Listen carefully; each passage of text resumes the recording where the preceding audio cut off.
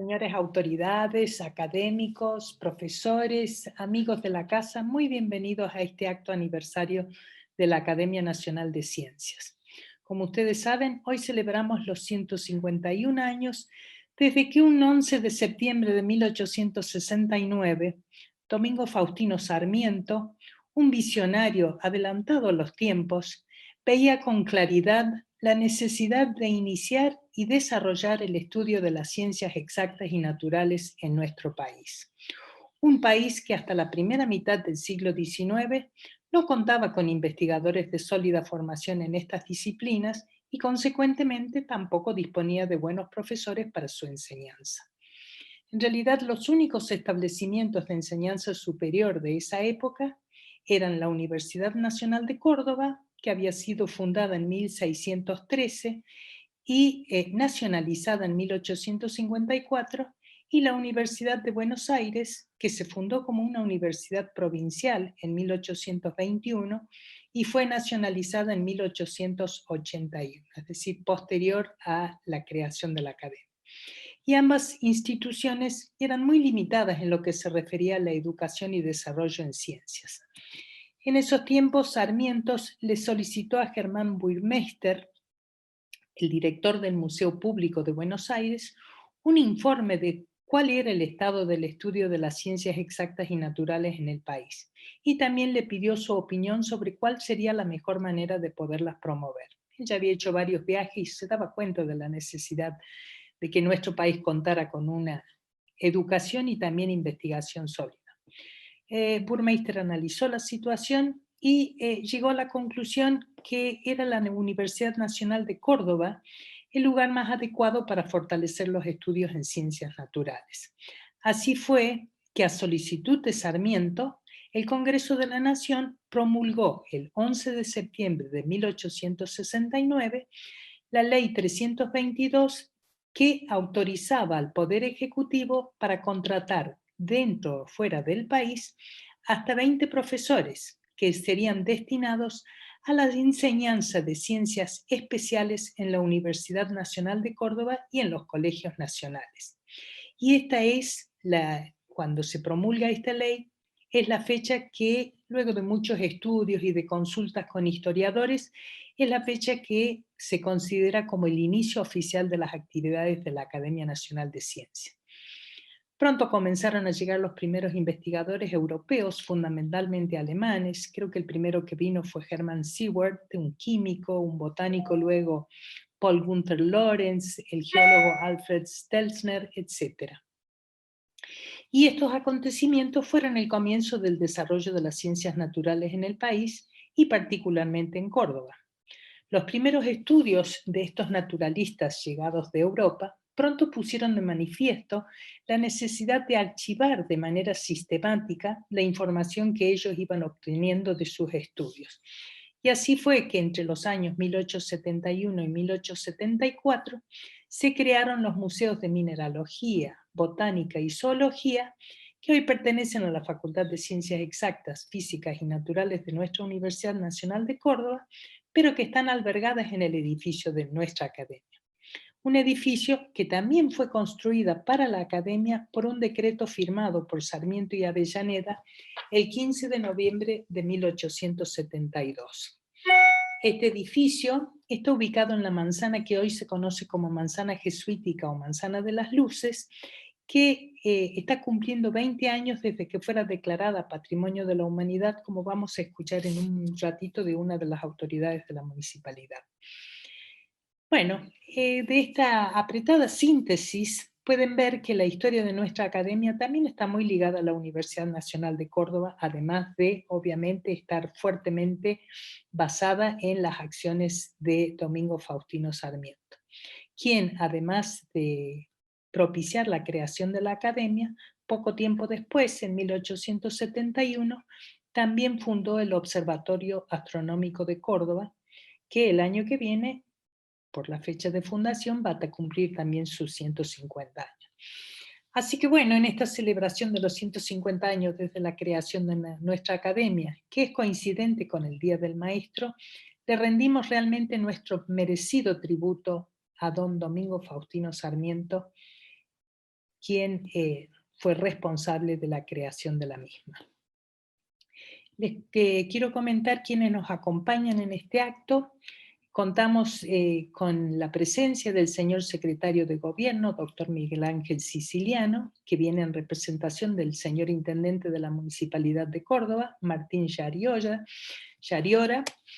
y también se encuentra entre los participantes el señor decano de la Facultad de Ciencias Exactas, Físicas y Naturales de nuestra Universidad Nacional de Córdoba, ingeniero Pablo Recabarren, el señor presidente de la Academia Nacional de Ciencias Exactas, Físicas y Naturales, el doctor Víctor Ramos. En fin, tenemos muchas personalidades, algunos que no los he visto aún, pero que agradecemos muchísimo su presencia. Y antes de comenzar el acto formalmente y pasarle la palabra al señor secretario de Gobierno, les quiero comentar que hemos recibido muchas salutaciones de personas que no nos han podido acompañar en el acto. No las voy a leer a las salutaciones, sino esto se va a hacer demasiado largo, pero sí los quiero mencionar por lo menos. El señor rector de la Universidad Nacional de Córdoba, el doctor Hugo Yuri, el señor vicerrector de la Universidad Nacional de Córdoba, doctor Ramón Yancy Ferreira, han mandado cartas realmente muy lindas, el señor decano, Pablo Recabarren y la señora vicedecana, en representación de la comunidad de la Facultad de Ciencias Exactas, Físicas y Naturales. Además, contamos con la presencia del ingeniero Recabarren. El ministro de Ciencia y Tecnología de la provincia de Córdoba, doctor Pablo Di Chiara, el señor presidente y la señora secretaria y los integrantes del Instituto Sarmiento de Sociología e Historia de Córdoba son el doctor Héctor Monager y la doctora Rina Patrito, el presidente de la Academia Nacional de Ingeniería, el ingeniero Manuel Solanet, en fin, y siguen hasta hace un ratito, seguían llegando cartas por mail, así que, bueno, a todos les agradecemos mucho el saludo. También nos pone muy felices que el Consejo Deliberante de la Ciudad de Córdoba, a través de su concejal Sandra Trigo, presidenta provisoria, declara el Consejo su beneplácito y reconocimiento por la conmemoración de los 151 aniversario de la fundación de la Academia Nacional de Ciencias. Así que todos ellos, muchas gracias por acompañarnos todos, y ahora vamos a pedirle a continuación al señor secretario de Gobierno de la Municipalidad de Córdoba, doctor Miguel Ángel Siciliano, que nos dirija unas palabras. Bueno, buenas tardes a todos y a todas, gracias por invitarnos a participar de un día tan importante como el de hoy. En nombre del intendente, saludar a todos los que forman parte de la academia, saludar al señor decano, al señor presidente de la academia, y a todos los que hacen parte y forman parte de esta gran familia. La verdad es que la Academia de Ciencias no es un orgullo cordobés, es un orgullo nacional que trasciende las fronteras de las provincias, trasciende las fronteras del país y de los saberes, claramente. No les voy a contar a ustedes, recién antes de que empezáramos en la previa de la reunión, y luego cuando estábamos escuchando las palabras recién, nos explicaban que fue Sarmiento que la fundó, que han tenido tantos miembros, que han sido realmente miembros, que sus integrantes que han sido los científicos más destacados de la época y que siguen siéndolos. Tanto es así que hoy tenemos el gran consejo consultivo de la Nación, que forman parte muchos de ustedes.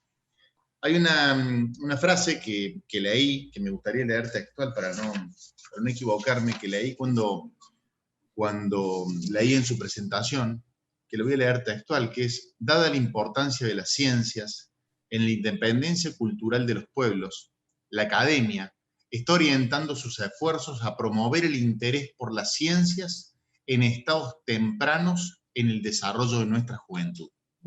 Y la verdad que fue una frase que me gustó mucho, que me quedó, por eso quería leerla textualmente. Y la verdad que cuando los saludo siento que están presentes personalidades tan destacadas y que nos hacen sentir tan orgullosos como puede ser Guillermo Rawson, o Florentino Meino, o Carlos Balseiro, o Nicolás Avellaneda, o Kaiser, o Leloir, o Maistegui. Digo, creo que son nombres que hacen que podamos sentirnos orgullosos de lo que somos, de lo que tenemos, y que lo tenemos hoy aquí en este momento en Córdoba. Por otro lado, como bien decían en la presentación recién, decía Beatriz que se vienen los 20 años de la declaración de la manzana jesuita, y que para nosotros es un orgullo saber que la academia forma parte de ese contexto geográfico, cultural, arquitectónico, de vida, de historia y de Córdoba. Así que nos ha pedido el intendente que nosotros seamos desde el municipio quienes podamos iluminar a la academia. Es un pedido que ha hecho el intendente Martín Yarlora, así que comunicarles a todos que a partir del día lunes vamos a estar conectándonos con ustedes para trabajar un proyecto en el que ustedes estén de acuerdo y que les guste y que nos sugieran, para que de cara a los próximos cumplimientos y festejos de los 20 años de la manzana jesuita podamos tener una academia mucho más iluminada y que haga mucho más linda nuestra manzana jesuita y por lo tanto nuestra ciudad. Sin más, no los quiero entretener más, quiero dejarles un saludo enorme y agradecerles profundamente ser parte del patrimonio cultural, científico, histórico, presente y sin duda por la frase que les leí, futuro de nuestra querida Córdoba. Muchísimas gracias y felices 151 años. Muchísimas gracias, doctor Siciliano. La verdad, no solo por las palabras tan lindas que nos ha pronunciado, con respecto al tema de educación, quiero decirle acá en público que la academia hace ya muchos años que viene haciendo grandes esfuerzos para contribuir a todo lo que sea el tema de educación desde las primeras etapas. Vamos a continuar haciendo y con muchísimo gusto vamos a continuar como ha sido hasta ahora, trabajando en conjunto con la Municipalidad de Córdoba. Con respecto a embellecernos el frente, es un viejo anhelo de muchos académicos. Yo quiero decir que esto, el proyecto de embellecer el frente y de iluminarlo como uno cree que debe ser, porque es la manzana de las luces, ya el doctor Tirao, que fue el presidente anterior a mí, hizo muchísimos esfuerzos y parecía que ya llegábamos y nunca llegó. Así que realmente para nosotros es una alegría inmensa saber que finalmente la academia va a estar iluminada como yo creo merece estar. Así que por todo ello, muchísimas gracias y por acompañarnos también. Por favor, gracias a ustedes, gracias a ustedes. Bueno, después de la emoción de saber que vamos a tener la Academia Iluminada, vamos a continuar con el acto. Le quiero pasar la palabra a nuestro vicepresidente, el doctor Gabriel Bernardello, quien va a comenzar a contarnos quiénes son los nuevos académicos eméritos de esta institución. Así que, Gabriel, te invito a que abras tu micrófono y yo cierre el mío. Buenas tardes a todos, creo que está abierto, ¿cierto? ¿Se escucha? Se escucha. Gracias, Betty. En primer lugar, voy a explicarles, según nuestro estatuto, qué significa ser un académico emérito. Dice el estatuto, serán electos eméritos, aquellos académicos de número que habiendo cumplido los 80 años hayan obtenido, por su actuación en favor de la academia, el reconocimiento de sus pares. La comisión directiva, una vez al año, designará una comisión ad hoc compuesta por 3 miembros a fin de que estudie los antecedentes del académico y considere otorgarle la distinción de académico emérito. En este caso, la comisión ha sido formada por los doctores Juan Tirao, Pedro de Petris y Hugo Macioni, y han sido designados los doctores Francisco de la Cruz, Vicente Macaño y Enrique Bucher, a quienes saludamos calurosamente, ya que han realizado una importante y destacada contribución a la investigación científica, pero también han colaborado desinteresadamente con el quehacer de nuestra academia. Entonces voy a leer brevemente algunas palabras sobre cada uno de ellos. El doctor de la Cruz fue designado académico de número en el año 2016. Se licenció y doctoró en física en el Instituto Balseiro. Después de 3 años de estudios postdoctorales en la Brown University, regresó a Bariloche, donde se dedicó a trabajar en el laboratorio de bajas temperaturas. Sus trabajos se han centrado en la física de la materia condensada, particularmente en la fenomenología de los superconductores de alta temperatura, contribuyendo a determinar bajo qué condiciones estos materiales pueden conducir electricidad sin pérdida de energía. Ha sido designado miembro de las Academias Nacionales de Ciencias Exactas, Físicas y Naturales, de la National Academy of Sciences de USA, por supuesto, además de la nuestra. Fue distinguido con numerosos premios, voy a mencionar solo algunos: el premio Insnardi, Chevalier des Palmes de Francia, el premio Gans de la Universidad Nacional de La Plata, premio Cones y Cones de Platino, premio Bunge y Born, premio Hussey a la trayectoria. Ha contribuido además continuamente al fortalecimiento de la ciencia argentina a través de su gestión en la Comisión Nacional de Energía Atómica, en el CONICET y en una gran diversidad de instituciones académicas del país. El siguiente es el doctor Enrique Bucher, que es biólogo y doctor en Ciencias Biológicas por la Universidad Nacional de Córdoba, donde desarrolló su carrera como profesor y director del Centro de Zoología Aplicada. Creó el programa de maestría en vida silvestre de la Universidad Nacional de Córdoba, pionero en el país que alcanzó notable prestigio en Sudamérica. Fue nombrado académico de número en 1983. Ha sido miembro del Consejo Directivo de numerosas organizaciones internacionales. Su interés primordial en investigación está centrado en el área de la ecología, primordialmente en el Gran Chaco sudamericano. Ha sido reconocido con el premio Konex, el premio Bernardo Hussey, miembro correspondiente de la British Ornithological Union y de la Zoological Society of London. También obtuvo la Pew Scholarship, que está destinada a académicos que han contribuido a establecer un nexo entre la investigación y la conservación de la biodiversidad. Finalmente, el doctor Vicente Macaño, licenciado en Química y doctor en Química de la Universidad Nacional de Córdoba. Fue decano de la Facultad de Ciencias Químicas y secretario de Relaciones Internacionales de la Universidad Nacional de Córdoba. Es coautor de 2 valiosos libros de docencia, Introducción a la Química y Electroquímica.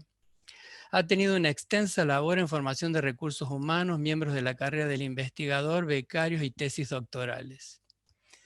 Ha demostrado una capacidad excepcional como docente e investigador, siendo eficaz colaborador de organismos de ciencia y técnica y activo promotor de la presencia argentina en foros científicos internacionales. Fue director del Instituto de Investigaciones Físico-Químicas, miembro del directorio de CONICET por la gran área de ciencias exactas y naturales y fue designado investigador emérito del CONICET. Como académico, ha sido un destacado y muy activo colaborador, aportando ideas e iniciativas y dedicando su tiempo y esfuerzo a la misma, habiendo sido muy proactivo como miembro de la Comisión de Organización de los Festejos del Sesquicentenario y de la Comisión Contemos la Ciencia. Por todo esto y por muchas otras cosas que no podemos decir para no alargar el acto, estamos muy felices de que sean nombrados académicos eméritos de nuestra Academia de Ciencias. Felicitaciones a todos ustedes y en alguna oportunidad les daremos un abrazo y el diploma que los acredita como tales. Bien, muchas gracias. Los tenemos a los 3 aquí. Si alguno quisiera decir alguna palabrita, Macaño o el doctor de la Cruz o el doctor Bucher. Bueno, muchísimas gracias. No sé si voy a poder decir mucho, porque estuve tranquilo hasta hace un rato, pero Gabriel me sacudió. Yo quiero agradecer enormemente a la comisión directiva por esta designación. Es realmente una gran satisfacción y es un honor. Como alguien me dijo en estos días, cuando uno cumple 80 años como académico y pasa a académico emérito, es recibirse de viejo con un diploma. Pero bueno, lo primero es llegar. Esto también exige, de mi parte exige un compromiso adicional para seguir trabajando, y Betty sabe que seguimos trabajando. Para mí también es una linda ocupación, una ocupación académica. Y en estos momentos uno hace un pequeño balance y yo no puedo dejar de mencionar mis raíces. Siempre me gusta hablar desde mi niñez y desde mi colegio primario en un lugar remoto llamado Los Molles, donde yo iba a caballo a la escuela. Después pasé por el colegio secundario de mi pueblo, de General Cabrera. Después me vine a la Universidad Nacional de Córdoba. Hice 2 años también en la Universidad de Buenos Aires, en la UBA, un postdoctorado en Alemania y el resto de mi tiempo dando vuelta por acá y jorobando a la gente como acá. Tengo la enorme suerte y el honor de que este sería mi tercer emeritaje, ¿se diría, chicos? Bueno, soy, por suerte, profesor emérito de la Universidad Nacional de Córdoba, investigador emérito del CONICET y ahora académico emérito de la Academia Nacional de Ciencias. Yo creo que ni Trejo, ni don Bernardo Usey, ni Sarmiento se imaginaron que algún día iban a encontrar esta piedra en sus zapatos. Pero bueno, se dio las circunstancias. Pero es un orgullo estar detrás de esos nombres. Así que muchísimas gracias y agradezco a todos los que están, que veo mucha gente conocida. Un último recuerdo para mis padres, que son los que impulsaron mi vida, y mis hermanos también. Muchas gracias. Muchas gracias, Vicente. La verdad es que sos un contribuidor incansable de la academia, así que para nosotros, al igual que con los otros 2 nuevos académicos eméritos, pero a vos te tenemos más cerca y lo molestamos en toda oportunidad y realmente nunca deja de contribuir con su tiempo, con sus pensamientos, así que para nosotros muy felices de que vos y el doctor Bucher y el doctor de la Cruz sean nuestros nuevos académicos eméritos, realmente nos honra. Ahora vamos a pasar a los nuevos académicos de números, así que le vamos a pasar el micrófono a nuestro académico secretario, el doctor Marcelo Cabido. Marcelo. Sí, hola, ¿se escucha bien? Sí, se escucha. Bueno, muchas gracias a todos los presentes. La verdad que es un placer tenerlos entre nosotros, especialmente tratando de hacer una audiencia tan calificada. Y especialmente honrado me siento de tener la presencia de funcionarios del gobierno municipal.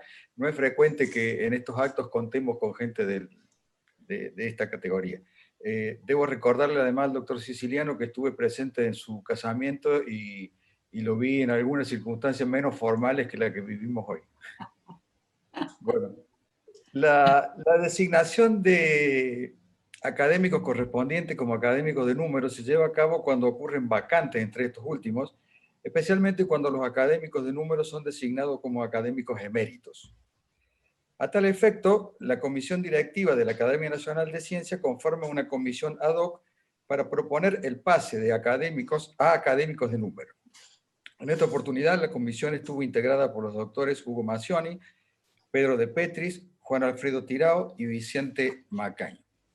La evaluación de los académicos correspondientes para proponer hasta 3 nombres a la comisión directiva fue realizada teniendo en consideración los criterios establecidos en el artículo 7 del Estatuto de la Academia Nacional de Ciencias, básicamente la contribución al quehacer de la academia y la especialidad científica para mantener un equilibrio adecuado en la representación de las distintas disciplinas de la academia.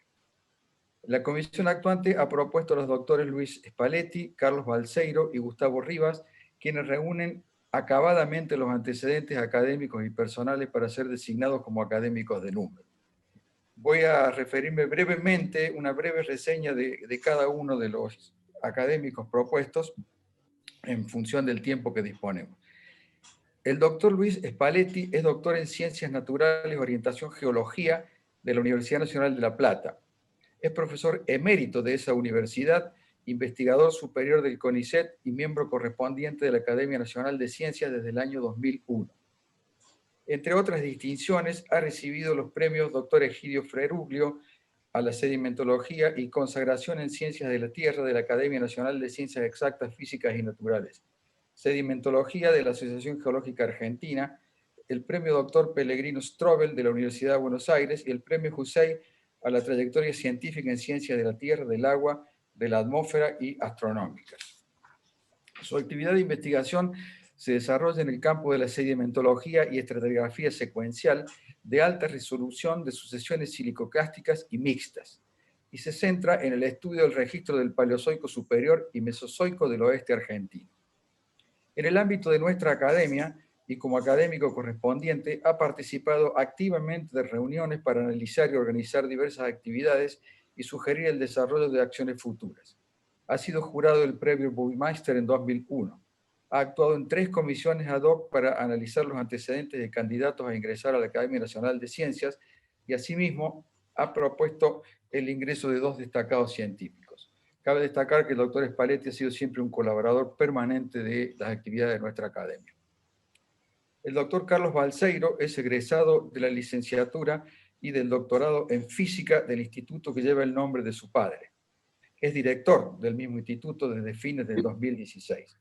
Como investigador de la Comisión Nacional de Energía Atómica e investigador superior del CONICET, trabaja en el grupo de teoría de la materia condensada del Centro Atómico Bariloche. Carlos Balseiro investiga temas complejos como superconductividad, magnetismo y, más recientemente, sistemas topológicos en los cuales la geometría de las nubes de electrones cambia las propiedades físicas de la materia.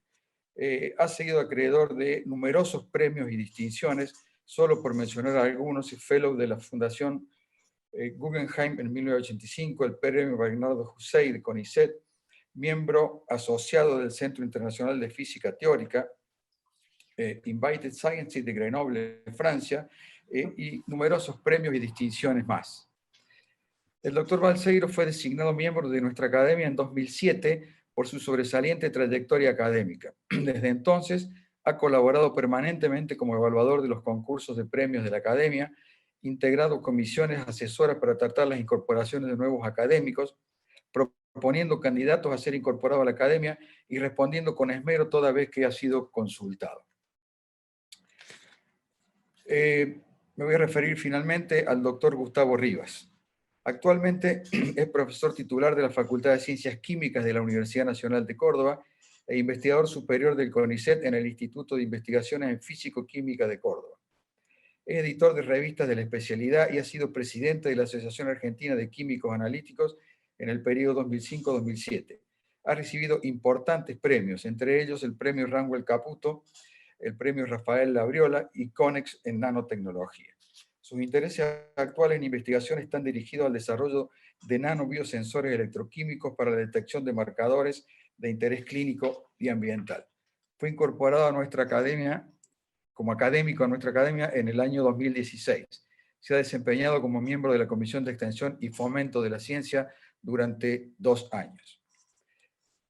A partir de lo expuesto, la Comisión Directiva de la Academia Nacional de Ciencia considera que los doctores Balseiro, Rivas y Spalletti reúnen acabadamente los antecedentes académicos y personales para ser designados como académicos de número, y es un honor para nosotros contarlos ahora en esta nueva categoría de académicos.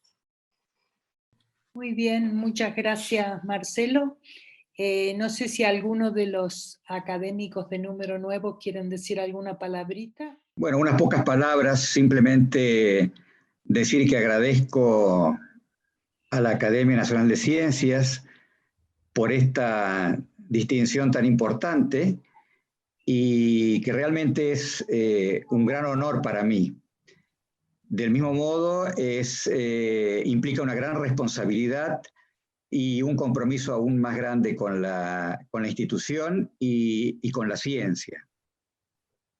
Finalmente, agradecer a mis discípulos, a mis becarios, porque en el trabajo científico los logros nunca son individuales, sino en equipo, y a mis padres que me enseñaron, me inculcaron el compromiso, la responsabilidad y la contracción al trabajo y a la docencia. y a mi familia por soportar la entrega que uno hace siempre por la ciencia. Muchas gracias. Muy bienvenido, Gustavo. Y vamos a seguir contando entre nuestros colaboradores. Sí, yo quisiera, perdón, no encuentro la manito. No importa, por favor, adelante. Nada, solamente sí, agradecer profundamente a la Academia por estas distinciones, y como decía Miguel Macaño, esto nos hace acordar que nacimos hace muchos años. Es un honor realmente compartir la Academia con tan distinguida comunidad, y le agradezco profundamente. Agradezco además a nuestro país mi formación desde el colegio secundario, universitario, el posgrado, ha sido siempre financiado por el Estado Nacional, por el CONICET, por la Comisión Nacional de Energía Atómica. He trabajado siempre en ámbitos científicos sustentados por el Estado argentino. Y en este momento en donde el mundo está, no sé, azorado por una pandemia que nos ha sorprendido a todos, la ciencia argentina ha dado muestras de que efectivamente la inversión que el Estado hace es fundamental para poder afrontar problemas y salir adelante como sociedad. Así que, nada, un último agradecimiento a la Academia y un voto para que efectivamente la ciencia siga o ocupe el lugar que merece en nuestra sociedad. Gracias. No, muchas gracias a usted, doctor Balseiro. La verdad, para la Academia es un honor contar con miembros de la calidad científica de ustedes, así que realmente los agradecidos somos los de la Academia. Muchas gracias. Nos queda doctor Spalletti, le ¿Sí? pido si puede desmutearse. Pero cómo no. Doctor Spalletti. Lo escuchamos. Buenas tardes a todos. Bueno, solamente 2 palabras para agradecer profundamente a la Comisión Directiva de la Academia por esta designación que me honra, para comentar que es una designación que no solamente se debe a mi trabajo de investigación, sino a largos años de compartir mis investigaciones con el grupo de tareas del Centro de Investigaciones Geológicas de la Universidad Nacional de La Plata y del CONICET. Quiero en este momento simplemente expresar un recuerdo grato a la memoria de mis padres, agradecer también a mi hermana que siempre impulsó mi educación y mi desarrollo en los tiempos de la niñez y de la adolescencia, a toda mi familia y particularmente a mi esposa, porque ustedes saben que la actividad geológica no solo implica dedicación en los laboratorios, sino largos días de asistencia a la tarea de campo, y ella muchas veces ha tenido que afrontar en soledad la educación de los chicos y por lo tanto ha tenido que soportar enormemente mi pasión por la geología. Así que nuevamente a todos ellos mi agradecimiento y en este caso muy particularmente a la querida Academia Nacional de Ciencias, a la que espero seguir sirviendo en todo lo que me demande. Muchas gracias, doctor. No tenemos duda, cada vez que le hemos tocado la puerta, por mail o por teléfono, como sea, siempre hemos contado con su ayuda. Así que bienvenido y seguirá siendo así, no tengo ninguna duda. Entonces ahora nos quedaría informar la designación de un nuevo académico benemérito. Les quiero comentar que en el año 2019, o sea, el año pasado, bajo la presidencia del doctor Pirao, la Academia Nacional de Ciencias instituyó una nueva categoría de académico, que es la categoría de benemérito académico. Y esta categoría está se ha conformado para aquellos académicos que hayan obtenido el reconocimiento de sus pares por su destacada actuación en favor de la academia y que además cumplen los 100 años de edad.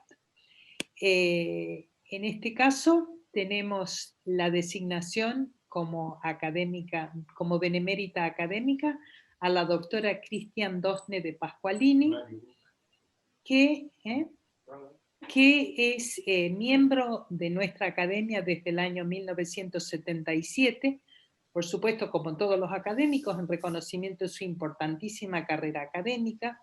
Ella no tiene sentido pasar mucho por su currículum, pero publicó más de 300 trabajos en excelentes revistas nacionales e internacionales sobre cáncer experimental e inmunología. Formó un número muy importante de recursos humanos y todo hecho en todos esos logros en su carrera académica la han hecho merecedora de muchos premios nacionales e internacionales, premio Konex, etc. Si bien la doctora Pasqualini es canadiense de nacimiento, adoptó este país como propio y le entregó su ejemplo de mujer adelantada a su época y determinada a hacer ciencia aún en condiciones poco favorables. Su designación como benemérita académica honra a nuestra academia y no hemos contado con su presencia hoy, pero le agradecemos muchísimo la presencia de su hijo, Sergio Pasqualini, el doctor Sergio Pasqualini, que nos está acompañando en esta oportunidad y por medio de quien queremos hacerle llegar nuestras más calurosas felicitaciones y salutaciones a la doctora Dosne de Pasqualini. No tuvimos oportunidad de conocernos antes, pero la verdad es para nosotros un gusto enorme.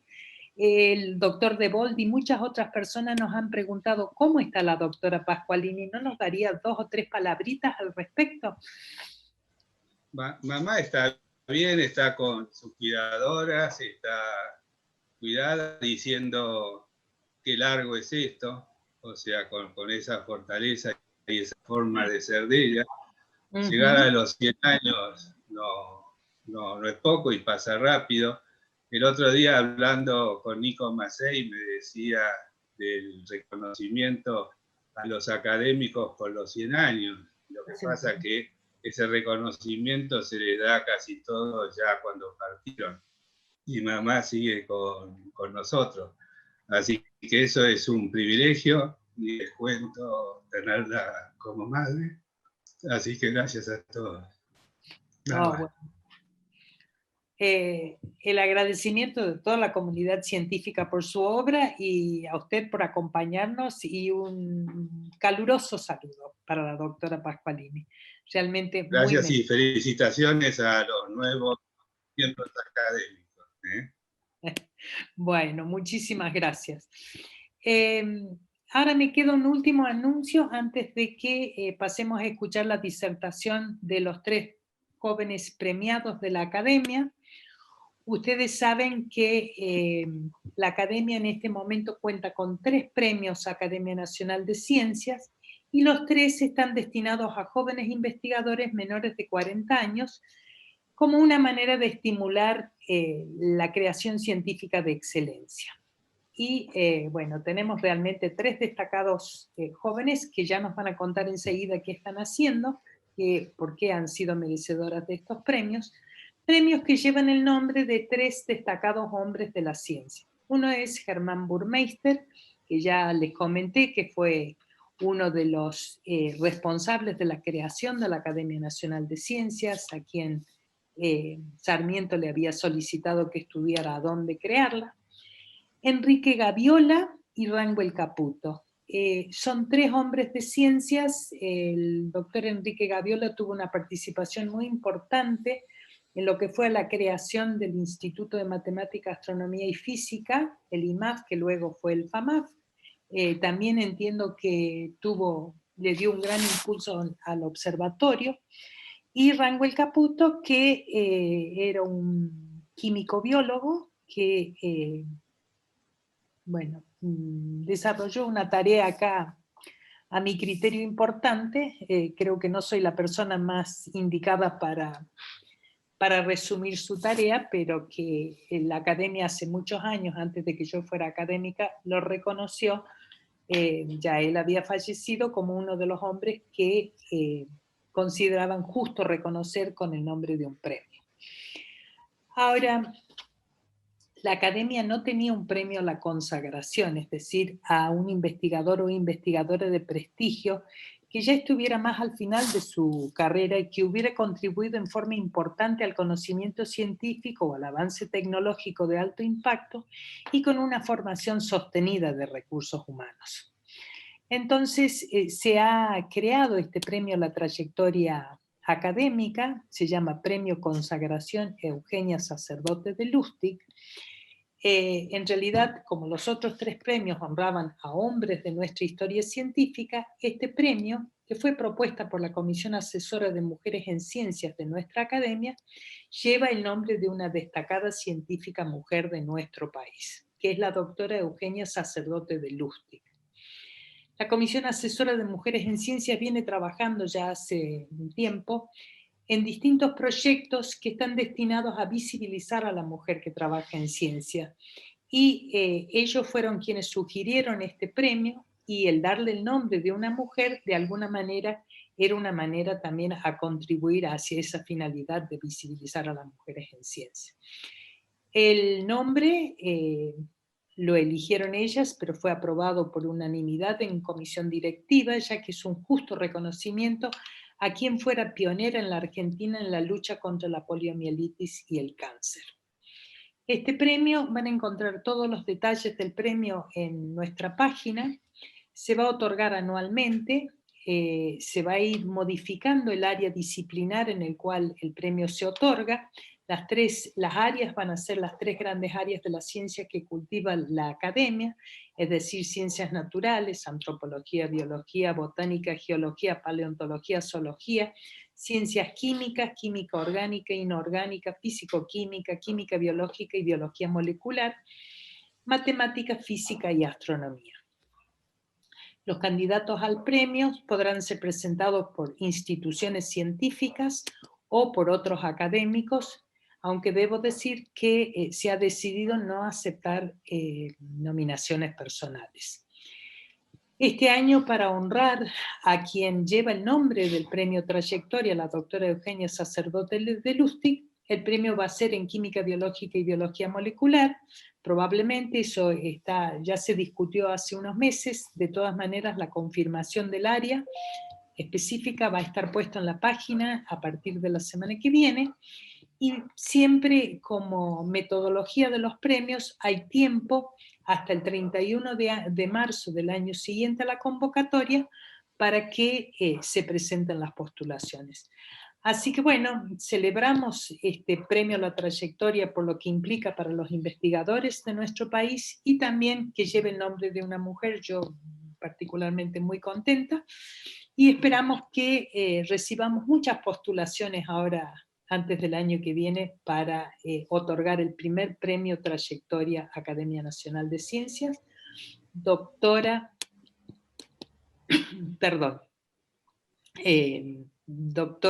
Eugenia Sacerdote de Lustig.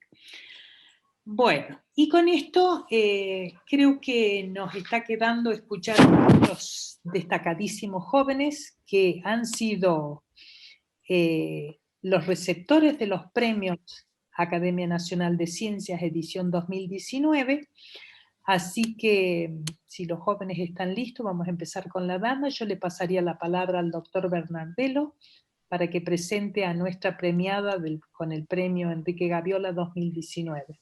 Gabriel, cierro. Okay. Ok, bueno, antes que nada quiero decir que ahora empieza la parte importante del acto, porque 100 años, 80 años ya es una cosa, ya una vejestud tremenda, así que necesitamos la sangre joven, que es la que va a seguir en la ruta, y son ellos. Y me parece que en el himno de la Universidad Nacional de Córdoba, que es en latín, hay una frase que dice «Pos molestam senectutem». Después ustedes averigüen lo que quiere decir.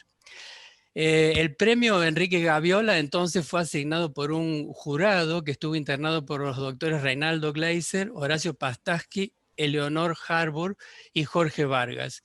Y también es un placer que lo haya obtenido Victoria Paternostro, es decir, una mujer.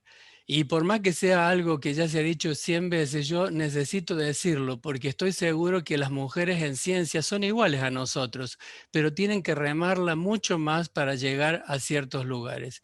No por algo se ha dicho también en tantos reportajes que es la primera vez que hay una mujer académica de la Academia Nacional de Ciencias. Y si miramos el listado de quienes han obtenido premios o el listado de quienes son académicos, vemos que la desproporción es bastante grande. O sea que para mí, digamos así, es doble el mérito que tiene Victoria. Victoria llevó a cabo su formación y su posterior carrera de investigadora en la Universidad de Buenos Aires. Fue becaria Humboldt en Berlín y tuvo varias estadías en Marsella, Madrid y Viena. Es investigadora adjunta de CONICET con lugar de trabajo en el Instituto de Investigaciones Matemáticas Luis Santaló y profesora adjunta de la Facultad de Ciencias Exactas. Ha realizado investigaciones de excelencia en su campo de trabajo que incluye temas de análisis armónico en grupos localmente compactos abelianos y en grupos discretos y en temas actuales que comprende la temática de bases de Ries. Entre sus aportes se destaca su caracterización de subespacios invariantes y sus aplicaciones a teoría de reconstrucción de imágenes. Demuestra habilidad en generalizar resultados ya clásicos para espacios de funciones definidas en un espacio euclidiano a espacios de funciones en grupos localmente compactos, grupos discretos o espacios más generales. Sus trabajos han sido publicados por revistas de alta jerarquía internacional en matemática y uno de sus trabajos recibió el Best Mathematical Paper en la 13ª Conferencia Internacional en Teoría de Muestreo y sus aplicaciones en Bordeaux. Posee antecedentes en formación de recursos humanos y muestra un interés en el crecimiento del ambiente matemático en el que trabaja. Su trayectoria científica y docente tiene una valorable continuidad de pensamiento en sus temas, de modo que seguramente así continuará a lo largo de su carrera. Entonces, felicitaciones, Victoria, y te escuchamos. Bueno, quería primero agradecer a la comisión directiva de la Academia Nacional de Ciencias por el premio, que la verdad que me sorprendió muy gratamente y me honra muy profundamente. La verdad que es cierto que ser mujer en ciencia es más difícil que ser hombre, pero bueno, la verdad que este premio me llena de motivación, en particular en un año que está siendo muy difícil para trabajar para mí, porque tengo 2 hijos chiquitos y bueno, estar en casa sin jardín es una dificultad extra.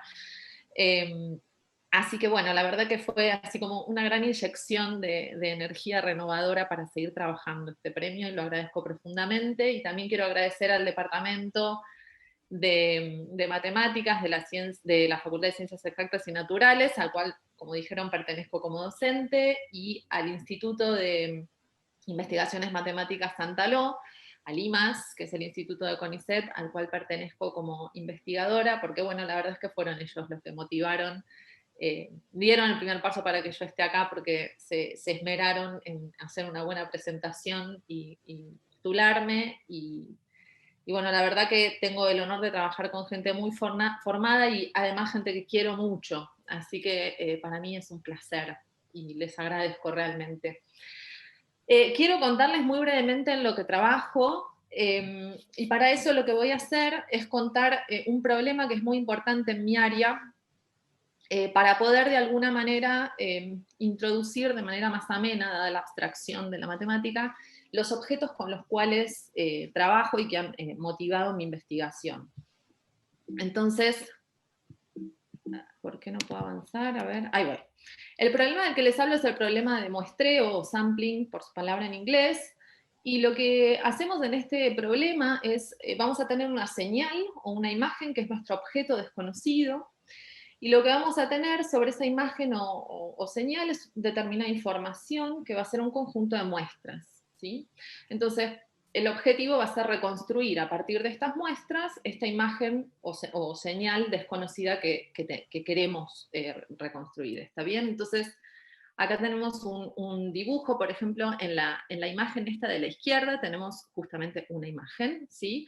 Que es de una... ¿cómo se llama esto? Que se me fue la palabra. Bueno, no importa, es una imagen y a la derecha tengo la misma imagen pero con la mitad de información, ¿sí? Entonces, la imagen de la derecha sería el conjunto de muestras y la imagen de la izquierda la imagen que yo quiero reconstruir. ¿Y por qué queremos hacer esto? Porque es mucho más económico computacionalmente guardar, por ejemplo, una imagen con la mitad de datos que otra. Entonces, si con esa mitad de datos y una buena reconstrucción podemos lograr reconstruir la imagen original, estamos, digamos, obteniendo beneficios desde el punto de vista computacional. Ahora, matemáticamente, para nosotros una señal o una imagen es un objeto abstracto y matemático que llamamos función, que va a estar en cierto espacio B, y las muestras que vamos a considerar van a ser evaluaciones de mi función sobre un conjunto de puntos que está en el dominio y que llamamos conjunto de sampling, ¿sí? Entonces, por ejemplo, si miramos acá en este gráfico, si mi función es esta curva que marco acá, el conjunto de sampling son las cruces que aparecen en el dominio, ¿sí? de mi función, y las muestras que tomo son los valores que esa función toma sobre esos puntos que están en el dominio de mi función, que están acá marcados con circulitos sobre la curva. Entonces, la diferencia del gráfico de arriba con respecto al de abajo, que en el de arriba el conjunto de sampling está distribuido de manera equidistante, ¿sí? 2 puntos consecutivos están siempre a la misma distancia, y abajo no. Entonces, el de arriba corresponde a un problema de muestreo regular y el de abajo corresponde a un problema de muestreo irregular. Entonces, como dije antes, dada nuestra función y el conjunto de muestras, nuestro objetivo es recuperarla, pero no lo queremos hacer de cualquier manera, lo queremos hacer de manera estable, y además lo vamos a hacer teniendo cierto conocimiento previo sobre la función. Entonces, sobre estas dos cosas me quiero explayar levemente. Entonces vamos a empezar con la estabilidad. Reconstruir una función de manera estable quiere decir que se cumple esta desigualdad de acá, que es matemática pura, pero que tiene algún sentido que se puede explicar, y es el siguiente.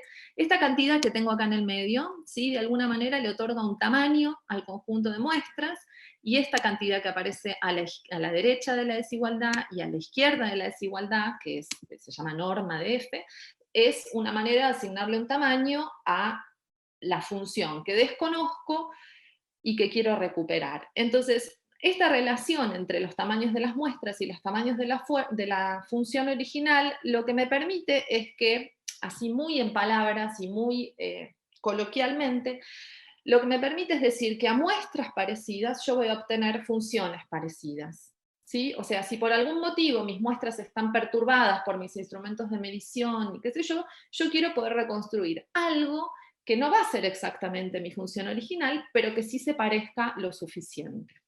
Entonces, relacionado con este concepto de estabilidad, aparece la noción de marcos, que es muy importante en mis temas de investigación, que fueron introducidos por Duffin y Sheffer en el 52, y un marco es un conjunto de funciones, ¿sí?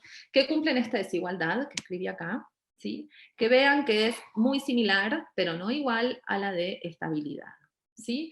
Y estos marcos lo que me permiten es justamente reconstruir mi función en base a estos numeritos que tengo acá en el medio, ¿sí? Porque los combino con determinadas funciones que puedo construir a partir de las funciones que forman mi marco. Entonces, los marcos son extensiones de las bases, para los que saben lo que son las bases, ¿sí? Son diccionarios, ¿está bien? Eso es lo que tiene que quedar en nuestra cabeza. Son diccionarios que nos permiten describir en forma compacta y estable todos los elementos de un espacio, y a diferencia de las bases, esta descripción que obtenemos vía marcos puede ser no única, pero esto trae, aunque pareciera que no, trae ventajas muchas en las aplicaciones, ¿está bien? Y un punto que a nosotros nos interesa particularmente es que hay muchos espacios donde podemos obtener marcos con determinada estructura. Y esto no siempre pasa para las bases, ¿sí? Entonces, a pesar de que tenemos descripciones no únicas, tenemos mucha más flexibilidad y por eso los marcos son importantes. Ahora, en relación al conocimiento previo del que les había hablado, de la función a recuperar, lo que suponemos nosotros es que en general pertenecen a espacios invariantes por traslaciones enteras. Un espacio invariante por traslaciones enteras es cuando agarro una función que está en ese espacio y la traslado, ¿sí?, por algún entero, a la derecha o a la izquierda, o en alguna dirección si estoy en el plano, entonces vuelvo a obtener una función que cae en mi espacio, con el que arranqué. Y un ejemplo, así por excelencia, de este tipo de espacios es el espacio de Paley-Wiener, que se caracteriza en términos de la transformada de Fourier como aquellas funciones que tienen transformada de Fourier soportada en el intervalo 0,1. Entonces, el primer teorema que hubo en relación al problema del sampling se debe a Shannon y es de 1949, y dice que si yo tengo una función en el espacio de Paley-Wiener, entonces la puedo reconstruir a partir de las muestras obtenidas en los enteros, ¿sí? El conjunto de sampling o de muestreo son los enteros, tomo muestras ahí y puedo recuperar cualquier función que esté en este espacio. Entonces, los espacios invariantes por traslaciones no son solo importantes en la teoría del sampling, son también muy importantes en la teoría de wavelets, en el procesamiento de imágenes y en la teoría de aproximación.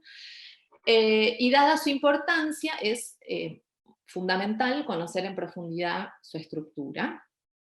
Y, por ejemplo, una de las cosas muy importantes que pasa para estos espacios es que, como les había comentado antes con los marcos, tienen marcos compatibles con su estructura. Y esto para nosotros quiere decir que uno puede construir marcos en espacios invariantes por traslaciones considerando un conjunto de funciones fijas y trasladándolas. Entonces, ahora algunos de los aportes que hice a la teoría y que no hice sola, obviamente siempre acompañada por un montón de gente, pero bueno, nosotros trabajamos en un principio con espacios invariantes por traslaciones en grupos localmente compactos y abelianos. Los grupos son conjuntos con determinada estructura, y esto, bueno, generaliza la teoría que preexistía, donde estos espacios solo se consideraban en el espacio euclidio, es decir, en la recta, en el plano o en el espacio, ¿sí? Entonces, tener una teoría válida para estos grupos, en particular, nos permite tener una teoría válida justamente para grupos que son muy útiles en las aplicaciones, sobre todo porque incluimos el caso de los grupos que están acá denotados por ZN, que son finitos. Bien, y por otro lado, como siempre pasa en la matemática, tener una teoría abstracta siempre hace visibles aspectos que en los casos particulares quedan ocultos, y por supuesto que esto, bueno, se traduce en una comprensión más profunda de la teoría en general. Entonces, para mencionar simplemente, nosotros describimos la estructura en profundidad de estos espacios y caracterizamos los marcos y las bases de RIS de traslaciones. Acá puse, este trabajo lo marqué acá porque fue el primero que publiqué como parte de mi doctorado. Y después seguimos avanzando y trabajamos con espacios invariantes por la acción de un grupo, donde lo que hicimos fue reemplazar las traslaciones por otro tipo de alteraciones de las funciones, ¿sí? Lo que hicimos fue, por ejemplo, no sé, en vez de considerar traslaciones, consideramos multiplicación por exponenciales, modulaciones, dilataciones. En vez de trasladar una función, la expandimos o la contraemos, y también consideramos la acción de Shear, que lo que hace la acción de Shear es agarrar un rectángulo y transformarlo en un paralelogramo. Y todas estas transformaciones de las funciones son muy importantes en el análisis armónico, ¿sí? Y bueno, en particular, acá puse otro trabajo que nos acaban de aceptar y que contiene este resultado que a mí me entusiasma particularmente porque nos costó mucho probar y porque yo estaba bastante digamos, ocupada en que saliera, y finalmente lo que pudimos hacer es probar que todos estos espacios, ¿sí?, tienen marcos compatibles con su estructura. Ahora, otro problema muy relacionado con el problema del sampling se llama el problema de muestreo dinámico, y en el problema de muestreo dinámico lo que queremos es ahora recuperar una función desconocida que evoluciona con el tiempo, pero a partir de muestras espaciotemporales. Entonces, desde el punto de vista matemática, digamos, esta frase que acabo de decir se resume de la siguiente manera. Nosotros tenemos una función, que es la función a recuperar, y tenemos un operador que sale del espacio donde vive la función y llega a ese mismo espacio, es un operador acotado, en principio, y es lo que nosotros llamamos operador de evolución, ¿sí? Entonces las muestras que tenemos ahora, a partir de las cuales queremos recuperar nuestra función, es la evolución de f bajo este operador, evaluada en determinados puntos, ¿sí? Entonces ahora no solo tomo muestras de mi función, sino tomo muestras de la función una vez que le apliqué el operador a, que eso es como la evolución a tiempo 1, después, una vez que le apliqué 2 veces el operador a, o sea, la evolución a tiempo 2, etcétera, etcétera, y de la misma manera que en el problema del sampling habitual que les conté al principio, uno estudia marcos relacionados con esto, acá también estudiamos propiedades de marcos de conjuntos de este estilo, ¿sí?, que son iteraciones por el operador de evolución de un conjunto fijo de funciones. Y bueno, en relación a este problema tenemos estos 2 trabajos, en principio, uno todavía está bajo referato y el otro se acaba de publicar. Y para terminar, les quería contar lo que quiero empezar a hacer, ¿sí?, que es estudiar el problema de recuperación de fase. El problema de recuperación de fase, lo que quiere, o sea, lo que se pretende es recuperar una función desconocida, pero a partir del valor absoluto de sus muestras. Digamos, uno tiene una señal desconocida que quiere recuperar, y las muestras que considera son estas que están acá, que escribí, ¿sí?, son los valores absolutos, son el módulo de los valores que la función toma en determinado punto, ¿sí? Y bueno, nuestro objetivo es estudiar este problema suponiendo que mi función pertenece también a espacio invariantes por traslaciones. Esto es parte de un plan de doctorado que esperamos podamos empezar en abril del año que viene. Y bueno, con esto termino. Quería simplemente dar un pantallazo general de los temas que me apasionan y sobre los cuales trabajo. Así que bueno, muchas gracias. Muchas gracias, Victoria. La verdad es que en todo sentido, muchas gracias. Has estado muy en tiempo y has hecho de un tema difícil para alguien que no está en la matemática comprensible y fácil de seguir. Así que... Qué bueno, porque fue muy difícil para mí hacer eso. Pero lo logramos. Así que felicitaciones, doble felicitaciones. Muchas gracias. Les quiero decir que hemos decidido dejar todos los aplausos, tanto para reconocer a los nuevos académicos, como a los aplausos para los premiados. Decidimos dejarlos todos para el final porque hay que abrir todos los micrófonos. Entonces, discúlpenos que no le damos un gran aplauso a Victoria ni a los restantes académicos que ya hemos nombrado, pero ya va a llegar al final uno para todos. Entonces, ahora le pido a Marcelo que lo presente a Mario Tagliasucci, que es el ganador del premio Ranguel Caputo. Marcelo. Perfecto, muchas gracias. Bueno, antes de presentarlo a Mario, quiero decir 2 palabras sobre el doctor Ranguel Caputo.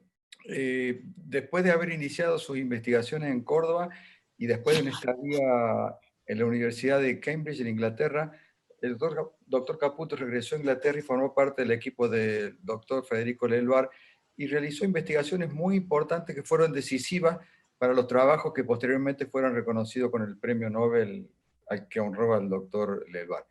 Además, bueno, después el doctor Caputo desde el año 1963 se incorporó a la Facultad de Ciencias Químicas de la Universidad Nacional de Córdoba y tuvo la enorme suerte en los 70 de tenernos al doctor Bernardelo y a quien habla como alumnos, ya que los estudiantes de biología en ese momento cursábamos química biológica en la Facultad de Ciencias Químicas. Entonces nosotros pudimos sentir, digamos, el peso de tener al doctor Rangel Caputo como nuestro profesor.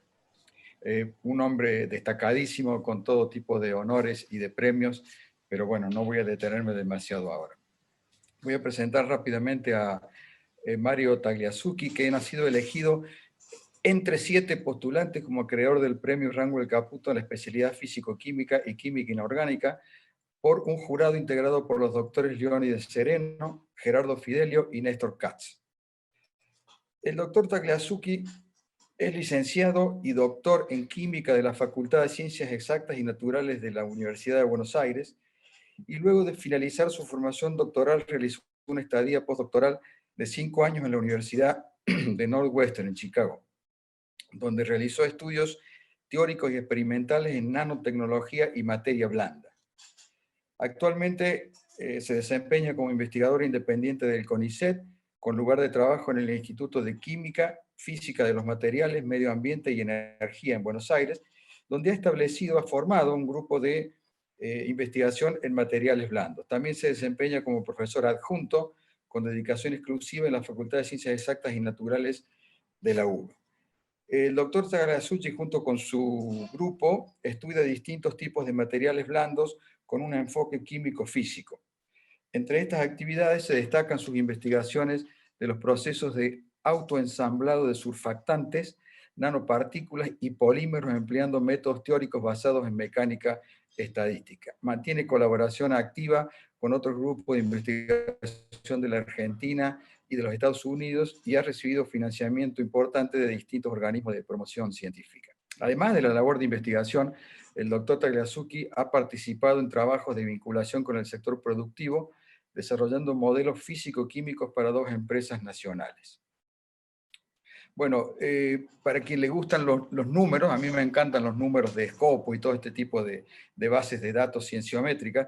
Debo decir que el doctor Tagliasucchi registra 74 artículos publicados. Para una persona de 40 años es verdaderamente notable. Y tiene un índice H de 24. Para los que no saben lo que es el índice H, digamos, es una medida que combina la cantidad de trabajos publicados con la cantidad de citas que reciben esos trabajos por parte de los colegas. Tiene un número de 1.590 citas. Y además, lo que es sorprendente, en el año 2020, en lo que va del año 2020, presenta ya 7 publicaciones en revistas de excelente nivel. Por lo tanto, más que merecido tiene el premio Rangel Caputo. Como hecho anecdótico, algo que pinta la vocación temprana del doctor Tagliasucchi, querría destacar que cuando era muy joven y aún estudiaba en la escuela secundaria, integró 2 equipos que representaron a la Argentina en las Olimpiadas Internacionales de Química en los años 98 y 99. Por lo tanto, estamos muy honrados de que le haya sido concedido este premio que destaca su impresionante labor y estamos listos para escuchar su presentación. Bueno, muchísimas gracias. Muchísimas gracias, Marcelo, por la introducción. Les voy a contar entonces. Voy a empezar, me parece que lo correcto es empezar con los agradecimientos. Hay muchísima gente que quiero agradecer. Primero que nada, por supuesto, a la Academia Nacional de Ciencias por el premio. Es realmente para mí un honor inmenso recibirlo. Y en segundo lugar, también a las instituciones a las que pertenezco, al Departamento de Química Inorgánica, Analítica y Química Física, y al INQUIMAE, que bueno, ellos fueron también los que me postularon y los que también hicieron que este trabajo sea posible. Después, en tercer lugar, quería agradecer a mi grupo de trabajo, a la gente, como dijeron por ahí, esto es una empresa colectiva y todo lo que hacemos se puede hacer porque los chicos trabajan.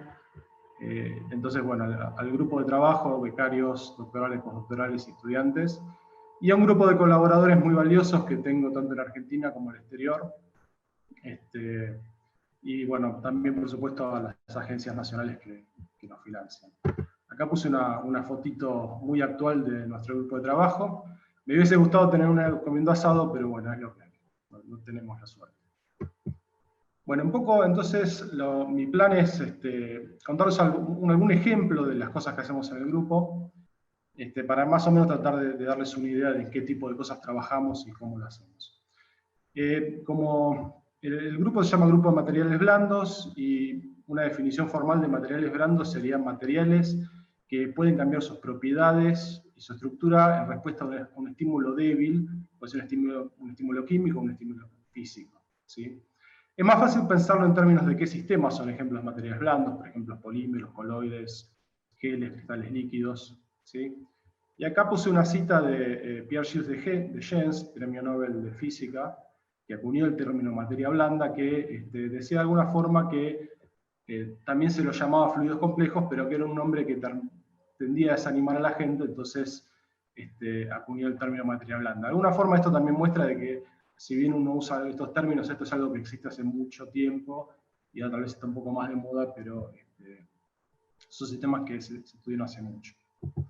Bueno, en términos de sistemas que estudiamos en el grupo, hacemos un énfasis sobre todo en sistemas autoensamblados, es decir, sistemas que se autoorganizan, se autoensamblan, por ejemplo, nanopartículas, autoensamblado de polímeros, y hoy elegí para contarles un poco el trabajo que estamos haciendo en el autoensamblado de anfifilos.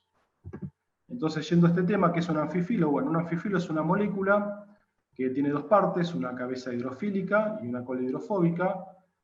Como su nombre lo indica, la cabeza hidrofílica atrae el agua, la cola hidrofóbica repele el agua. Entonces, cuando estas moléculas están en una solución acuosa, lo que tratan de hacer es juntar las colas hidrofóbicas y entonces se autoorganizan. Un ejemplo típico es el jabón, las moléculas que integran el jabón hacen esto. El sistema más conocido posiblemente son las micelas esféricas, pero hay muchos otros tipos de estructuras autoorganizadas que los anfifilos pueden formar, por ejemplo fiebras o bicapas. Las bicapas incluso se pueden curvar formando otras estructuras, como tubos o vesículas, y hoy les voy a contar otros tipos de estructuras más que pueden formar. Bueno, en particular, los anfifilos que a nosotros nos interesan son los péptidos anfifilos. Ahora en un segundo les voy a contar por qué nos interesan los péptidos anfifilos, pero déjenme mostrarles qué son. Son moléculas que tienen una cola alquílica, que es básicamente la cola hidrofóbica, uno podría pensar esto como material graso que repele el agua, y una cabeza bastante grande formada por aminoácidos, es decir, una cabeza peptídica, que generalmente tiene dos regiones, una región que forma enlaces de hidrógeno o láminas beta, que es bastante cohesiva, y después una cabeza terminal con grupos cargados, o mejor dicho, cargables, que pueden tener carga en solución. Esta región, la región intermedia es optativa, a veces está, a veces no está. La región terminal está siempre, es lo que le da solubilidad al agua. Bueno, el motivo por el cual empezamos a trabajar en esto es por una colaboración con el grupo de un investigador argentino en el exterior, Martín Conda, que bueno, yo lo conozco hace mucho, de hecho fuimos a la escuela secundaria juntos, pero hace 3 años más o menos empezamos a colaborar en el estudio de estas moléculas, los péptidos anfifilos. Martín es un químico orgánico y medicinal, entonces él sintetiza estas moléculas, estudia propiedades biológicas, como por ejemplo acción antimicrobiana. Y bueno, nosotros somos físico-químicos, entonces podemos complementar muy bien los trabajos de ambos. Acá en estas tablas les muestro unos experimentos resumidos que se hicieron en su grupo. Acá cada una de estas filas que dice PA es un péptido anfifilo distinto, o sea, son 16 estructuras distintas, que no las voy a mostrar. Y básicamente, acá en morfología es el tipo de estructura que forman, algunos forman micelas, otros forman fibras. Y también está incluida información sobre su actividad antimicrobiana. Acá, por ejemplo, estos son distintos tipos de bacterias, SAS Staphylococcus, SS Escherichia coli, y siguiendo. Y cuanto más chico es este número que aparece acá, más activo es el compuesto como antimicrobiano. Acá lo que nos llamó la atención en un principio es hacernos la pregunta, bueno, pero ¿por qué algunas estructuras forman micelas y otras fibras y otras forman cintas o estructuras tipo bicapa? Entonces lo que propusimos hacer fue un estudio modelado. No voy a entrar en mucho grado de detalle del tipo de modelado que hacemos. No hacemos simulaciones, sino hacemos una teoría basada en la mecánica estadística. Acá puse la ecuación que no voy a explicar demasiado, pero vean que tiene básicamente un montón de interacciones dentro de esta ecuación, y lo que nos permite es obtener la estructura y la termodinámica de equilibrio del sistema. Y como tenemos termodinámica, podemos decir, bueno, ¿cuál es la estructura más estable? ¿Es la micela, es la fibra, es la lamela? Entonces, usando esta herramienta, lo primero que hicimos fue un trabajo tratamos de hacer un trabajo sistemático, pero en un modelo muy simple para entender un poquito cómo venía la mano. Entonces armamos un modelo de anfifilos tribloque, que tienen básicamente los 3 bloques que les comenté recién, la cola, el linker y la cabeza, pero es muy genérico, no tiene detalle molecular, no estamos modelando un anfifilo en particular, y básicamente cada uno de estos bloques difieren entre sí en las interacciones consigo mismo y con los otros bloques. Y entonces lo que vimos fue que básicamente el largo de cada uno de estos segmentos, acá en este gráfico muestro el largo, por ejemplo, de los segmentos linker contra el largo de los segmentos de la cola, el largo de cada uno de estos segmentos determina qué estructura se va a formar, ¿sí? Por ejemplo, M son micelas, F son fibras, y L son lamelas. Y si bien, como les decía, esto no apuntaba a modelar ninguna molécula en particular, sí hay un acuerdo bastante bueno con los experimentos en forma cualitativa. O después que hicimos eso, lo que quisimos hacer fue, sí, ahora sí, modelar en particular algunos de estos anfifilos que nos interesaban porque tenían propiedades antimicrobianas. Entonces tomamos en particular por ejemplo, que lo que tiene acá es un grupo terminal de lisina, que con un grupo cargado positivo, que en realidad es un grupo que puede estar, su carga depende del pH, a pHs ácidos está cargado positivo, pero a pHs básicos es neutro, o sea que uno con el pH puede regular la carga. Y por otro lado, siempre que uno tiene interacciones electrostáticas, es interesante ver qué pasa con la concentración de sal, porque la sal en solución apantalla las cargas, ¿sí? Entonces hicimos un estudio teórico, ahora sí con un modelo un poco más refinado, para tratar de modelar este sistema en particular, y obtuvimos este diagrama de morfología. Básicamente lo que se observa es una transición fibra-micela, que depende solamente del pH a un pH más o menos de 9,5. Bueno, con esta predicción fuimos, y Martín preparó la molécula, hicimos mediciones de microscopía. Acá hay mediciones a pH 7,9 y mediciones a pH 10.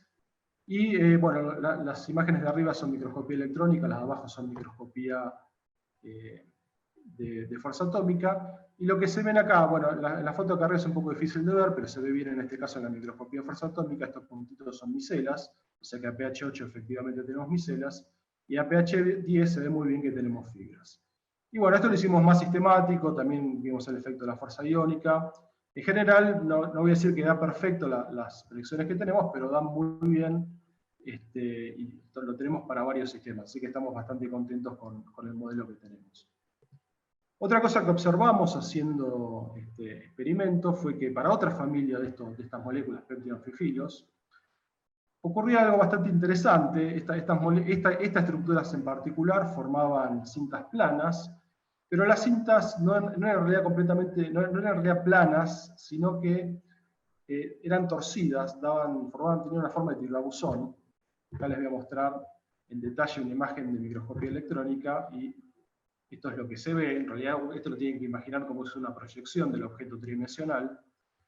Haciendo un análisis de esto encontramos que el objeto tridimensional en sí es lo que se conoce como un helicoide. Y entonces un poco nos interesó hacer la pregunta de, bueno, ¿por qué no se forma algo plano si no se forma algo que tiene forma de helicoide? Había algunas hipótesis en literatura que tenían que ver con la quiralidad de las moléculas, que básicamente una molécula es quiral cuando no se puede superponer con su imagen en un espejo. Y eso vimos que también tenía una cierta importancia en las moléculas que nosotros estamos buscando, pero había una pregunta abierta respecto a este tipo de cosas que también este tipo de estructuras se habían observado previamente, y la pregunta abierta tenía que ver con el rol de las interacciones electrostáticas, porque como les comenté recién, estas moléculas se caracterizan por tener una cabeza cargada. Y entonces hicimos un modelo también muy básico, tratando de ir a lo más simple que se podía hacer, que era una cinta en solución, y esa cinta uno le puede predecir la energía, en realidad la energía libre, y graficarla en función del periodo con el periodo del helicoide. Y compararla con la cinta completamente, la que sería la cinta plana, que sería en este caso el flat limit, y la línea punteada. Entonces todo lo que está abajo de esta cinta plana es más estable que la cinta plana. Entonces, por lo tanto, lo que mostramos con esto es que la electrostática favorece a la formación del helicoide. Acá había un poco de discusión en literatura si favorecía o desfavorecía. Lo notable de todo esto es que también vimos otras estructuras como por ejemplo hélices o estas otras estructuras donde tenemos, digamos, ondulaciones en una dirección o la otra, y en estos casos siempre observamos que estas estructuras son menos estables que la cinta plana. Así que, de alguna forma, con esto contestamos un poco las preguntas que había en literatura sobre el efecto de las interacciones electrostáticas. Y bueno, para terminar, les voy a contar algo que es algo que realmente, desgraciadamente, quedó un poco truncado por la pandemia, son experimentos. En mi grupo, como les comenté recién, hacemos generalmente, la mayor parte de las cosas que hacemos son de modelado, pero también hacemos trabajo experimental, algo por nuestra cuenta, algo en colaboración con otros grupos. Y esto en particular se basaba, cuando tuvimos este resultado, una cosa que me gustaba era que no podía controlar con el pH la estructura, y una cosa que no les conté es que cuando uno tiene micelas, la solución, esto lo que se obtiene es una solución, pero cuando tienen fibras, las fibras se empiezan a enredar entre sí, y lo que se obtiene es un gel, se obtiene algo que no fluye. Entonces, cuando tuvimos este resultado, se nos ocurrió tratar de usar este cambio de pH, pero hacerlo local. ¿Qué quiero decir con esto? La idea acá es hacer un cambio local de pH y depositar el gel en una superficie. Y la forma de hacerlo, bueno, yo hice mi doctorado en electroquímica y es algo que la electroquímica es algo que siempre cuando puedo vuelvo a la electroquímica. Y hay, mediante la aplicación de un potencial de reducción en un electrodo, uno puede generar un cambio de pH solo en la superficie. Entonces, si uno separa acá, por ejemplo, un pH justo abajo de la transición, y hace este experimento, lo que hace es alcaniliza la solución cerca de la superficie y deposita un gel solo en la superficie. Y acá hay uno de los pocos experimentos que logramos hacer antes de la pandemia para mostrar que esto funciona. Acá se observa el gel, hicimos también una microscopía para ver de qué estaban compuestos y se ve unas fibras, o sea que creemos que esto está funcionando. Y esto es algo que queremos hacer, un poco la motivación de esto es que como tenemos una idea de que estas moléculas tienen actividad antimicrobiana, nuestra idea es poder depositar estos geles, por ejemplo en instrumentos quirúrgicos o en implantes, y que demuestre tener una actividad antimicrobiana ahí. O sea, para eso falta muchísimo, pero es el objetivo a largo plazo que tenemos. Y lo lindo de todo esto es que surgió de un estudio muy básico de modelado sobre estos sistemas. Bueno, con esto voy a concluir, o sea, las conclusiones generales, más que nada lo que quería era mostrarles qué hacíamos en el grupo en términos de sistemas y de métodos. Los agradecimientos ya los hice, así que solamente me resta agradecerles a ustedes por su atención. Muchas gracias. Muchas gracias, Mario. La verdad, muy linda la conferencia. A mí particularmente me encantan este tipo de temas y me surgen muchas preguntas, pero viendo la cantidad de gente que tenemos en la audiencia, sería muy injusto porque estoy segura de que los biofísicos, los físico-químicos, todos tienen cosas para preguntarte. Así que vamos a tener que continuar, pero te felicito, hermosa la conferencia. Bueno, muchas gracias. Nos queda la última disertación de esta noche, que es el ganador del premio Hermann Burmeister 2019, el doctor Federico Ariel. Antes de contarles un poquito de Federico, yo ya lo mencioné a Hermann Burmeister, que el premio, por supuesto, lleva su nombre en homenaje a quien jugara, como yo les dije antes, un papel tan fundamental en la creación de la Academia Nacional de Ciencias y fue también su primer director. En ese momento no se llamaba presidente, era el director. Este año el premio fue otorgado en el área de la biología celular y la genética y el acreedor del premio, Federico Ariel, es un joven realmente muy destacado. El premio se tuvo que discernir entre 9 postulantes y el tribunal, que tuvo mucho trabajo a su cargo, estuvo conformado por la doctora Ana Anton, el doctor Luis Mayorga de Mendoza y el doctor Hugo Maxioni. Y sí, tenían muy buenos candidatos, pero realmente Federico Ariel se destaca. Es un santafesino. Federico hizo todos sus estudios de grado y de doctorado en la Universidad Nacional del Litoral, hizo el doctorado bajo la dirección de la doctora Raquel Chan, que hace muy poquito, hace 15 días, se aprobó su incorporación a nuestra academia, así que la vamos a tener pronto o el año que viene también dando su disertación de incorporación. La tesis que hizo Ariel fue tan destacada que